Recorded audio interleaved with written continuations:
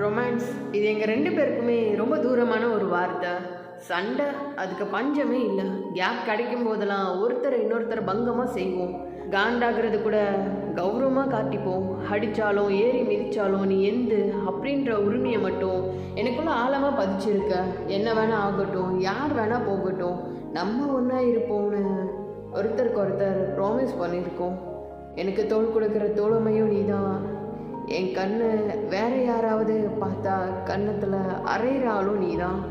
You are the most important person in my life. அப்பப்போ மூளை குழம்பி உன்னோட ஆர்கியூமெண்ட் பண்ணுவேன். உன்னையும் குழப்பி தூங்க விடாமல் பண்ணுவேன். அப்போ தான் உன்னோட எமோஷனை கொட்டி தள்ளுவேன். நீ உன்னோட கோவத்தை உடச்சி என்னை ஹக் பண்ணிவிட்டு என்கிட்ட பேசுகிறதுக்காகவே இந்த உலகத்தில் இருக்க எல்லா பைத்தியக்கார வேலையும் பார்ப்பேன். ஏன் தெரியுமா?